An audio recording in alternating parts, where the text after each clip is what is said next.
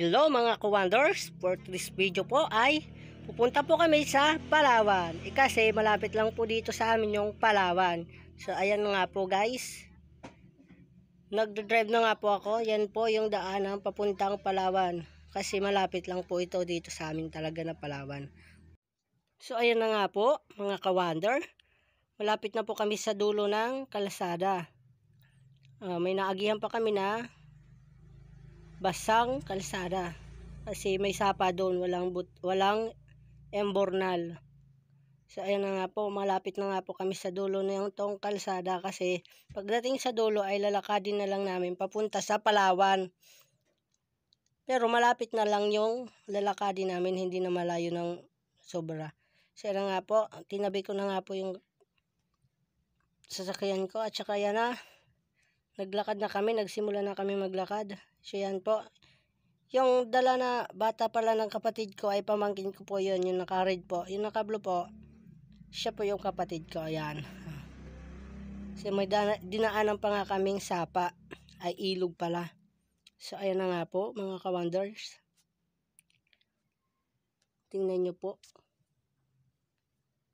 tabing ilog. So ayan na nga po guys, mga ka-wonder, nandyan na nga po kami sa puno ng makupa nangunguha. Kasi habang lumalakad kami, nakita namin ang daming hinog. So ayan nga po yung makupa, 'di ba? Kulay-pula yung bunga niya. Ang dami talaga bunga ng makupa diyan. Mga ka-wonders, tingnan nyo. Tinutokdol kong tawagin dito. Sinusungkit ko po. Gamit yung paklang ng lobe. ng nyog. Oh, yan, 'di ba? Ang daming bunga, ha? Tingnan nyo. Umakit na nga yung kapatid ko diyan. At saka yan, niyugyug po niya. Oo, ang dami na ng kahulog. Nalaglag talaga. So, ayan nga po guys, mga ka-wonders, tingnan nyo. Ang dami talagang bunga. At saka pinasalo na lang sa akin ng kapatid ko yung mga nakuha niya sa taas. Yan. Oh, di ba? Ang dami. Ang popular na nila. Oh, ayan pa. Oh, di ba? Ang dami talaga niyan. At ang dami ngang mga laglag na bunga. Tingnan nyo, masasayang lang yan. Oh. Sayang talaga niyan. Oh, dami yan. Ang dami ng hulog. Wala kasing nangunguha, kaya kami na lang kumuha. Kumuha nga na ako ng isa at kinain ko. Ang tamis talaga. Oh, di ba? Oh, wow. Ang sarap ng kanyang lasa. Oh, di ba? Ganyan po ako sumalo ng mga makupa. Oh, andyan na, ang dami na. Ang lalaki pa. Yan. Hagis lang ng hagis yung kapatid ko. Oh, yan. Nakarami nga na kami nang nakuha. Oh, yan. Ang dami na, di ba? Oh, at saka nilagay na lang ng kapatid ko sa lalagyan ng aming dalang sako. Oh, di ba?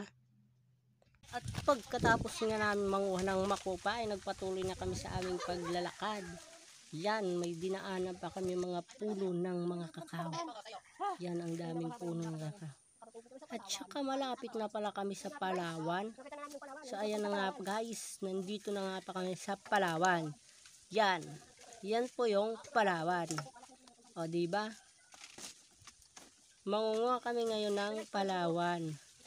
Kasi pang merienda namin. Yan. So ayan na nga po guys. Nanghiram na nga lang po ako ng panguha ng Palawan. Yan po yung dala ko, yung yan po yung dala kong tagad. Tagad po ang pangalan yan. So ayan na nga po, nakakita na nga ako ng malaking puno. At sisimulan ko na yung kuha ng kanyang laman. At sinimulan ko na nga yung paghuhukay. Grabe, ang tigas nito, ang tagal ko makuha talaga nito. Yan, oh. Kahit anong gawin ko, hindi ko talaga makuha. So ayan na nga, nahihirapan na nga ako dyan. At patulong na nga ako mamaya-maya, mapapatulong ako sa kapatid ko. So yan na nga, tinulungan na nga ako ng kapatid ko yan. O, di ba? Kasi mahirap talaga to makuha na Palawan. Grabe. kahit mayroon na kami pang tusok, wala pa rin. Mahirap pa rin talaga siyang makuha. So pagkatapos nga ng isang oras, yan, nabungkal na rin namin. Yan. At saka kukunin ko na po dyan yung kanyang laman. Yung kanyang tayod, kung tawagin dito sa amin yan. Yan na nga po. Hinati-hati ko na kasi ang daming puno niya. So ayan na nga po. Sinimulan ko na nga po yung paglilinis ng kanyang laman. Di ba? So ito na nga yung kanyang tayod. Yan ang laki ng tayod niya. Di ba? Ang laki ng tayod. At saka mayroon pa yung maliliit na tayod. Yan. Lilinisan ko talaga yan para linis na. Yan. Di ba? May tayod pa. At pagkatapos ko nga kunin yung tayod, ay nagtanim naman ako ng ilang puno para sa susunod mayroon pa kaming makuha. So ayan nga po guys, mga kawander, tingnan nyo po, yan. Ganyan po magtanim ng palawan. Yan. At pagkatapos nga namin manguha ng palawan ay umuwi na kami kaagad. So ito na nga ang palawan. Yan. Yan po yung kanyang kulay. Yellow po yung kanyang laman yan. At pagkatapos nga hinati-hati ko na lang niya ng maliliit. Yan. Parang ganyan lang o kaliliit. Para mabilis siyang lumambot. So nilagyan ko na nga siya ng pangalawang gata. Yan. Pangalawang piga ng gata.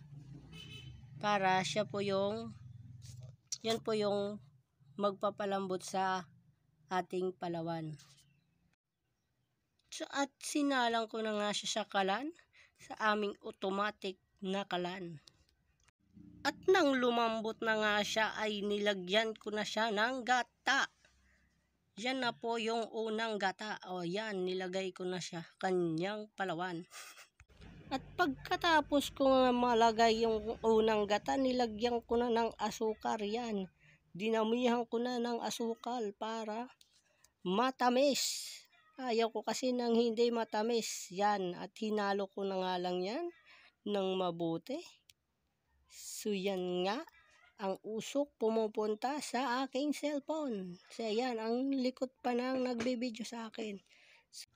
So kumuha nga na ako ng kunti dyan. At titikman ko na kung ano yung lasa. Yan. Samahan nyo po ako sa pagkain ng palawan. Yan. Ang sarap.